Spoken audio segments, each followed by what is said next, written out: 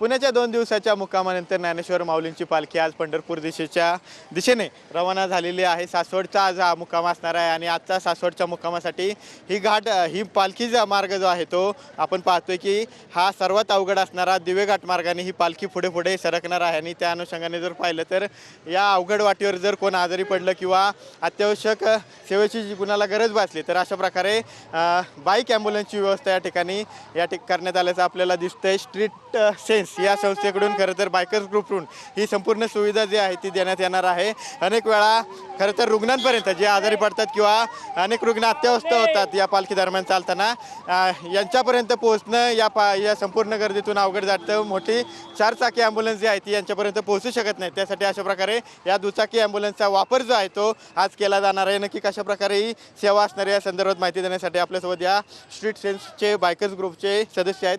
कशा प्रकारे आज तुम्ही सुविधा पुरवणार? नमस्कार, रामकृष्ण हरी। तर आम्ही गेले 2014 पासून स्ट्रीट सेन्सच्या माध्यमातून बाईक ॲम्ब्युलन्सची सेवा देतो। या सेवेचं काम असं आहे की आम्ही जिथे अपघात होतो त्या अपघाताचं गॅप ब्रिज करतो। जिथं 4 व्हीलर ॲम्ब्युलन्स आता गर्दी झाली घाटात की येऊ शकत नाही, तर आम्ही प्रयत्न करतो की आम्ही त्या पेशंटला जवळच्या PH हॉस्पिटलपर्यंत पोहोचवतो किंवा जवळच्या 108पर्यंत पोहोचायचं आमचं काम आहे। त्यात हे सगळे जितके बाईकर्स आलेले आहेत ते सगळे स्वइच्छेने आलेले आहेत आणि हा जो आमचा ग्रुप आहे हा 2014 जेव्हा त्याला फॉर्म केलं, वळीव साहेब होते तेव्हा इथे पुण्यात RTO, तर त्यांनी हे या माध्यमातून चालू केलं कारण बाईकर्स हे सगळे स्विफ्ट आहेत आणि ते पटकन ह्या गर्दीतनं एखाद्या पेशंटला लवकरात लवकर पोहोचू शकतो। कारण अपघात झाल्यानंतर तो जो पहिला सुवर्ण तास असतो, गोल्डन आवर्स ज्याला म्हणतात, त्याच्या आतमध्ये पेशंटला आम्ही जवळच्या जवळ दवाखान्यापर्यंत पोहोचायचं आमचं काम आहे। कशा प्रकारे ही सुविधा दिली जाते याची माहिती त्यांनी दिली आहे। आपल्यासोबत आणखीन काही बायकर्स आहेत। गेले अनेक वर्ष तुम्ही सेवा देताय, वारकऱ्यांना अशा पद्धतीने सेवा देताय, काय भावना असते मनात, कशी भावना? ये भावना तो ऐसा है कि देखो, ये मौली के दर्शन हो जाते हैं। संत तुकाराम महाराज हैं, नामदेव महाराज हैं, उनके दर्शन स्वयंभू इन लोगों के इसमें हो जाते हैं। ये सेवा करने में जो आनंद होता है हमारे को, उसकी कोई तुलना नहीं है दूसरे किसी चीज़ के साथ में।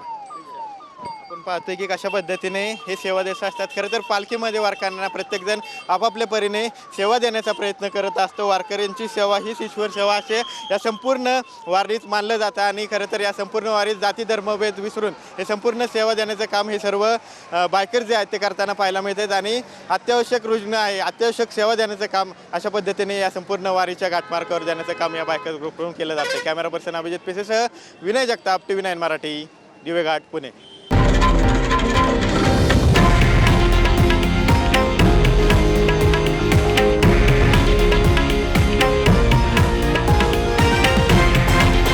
हे आहे देशातील नंबर 1 न्यूज नेटवर्क आणि आपण पाहत आहात TV9 मराठी, एकमेव।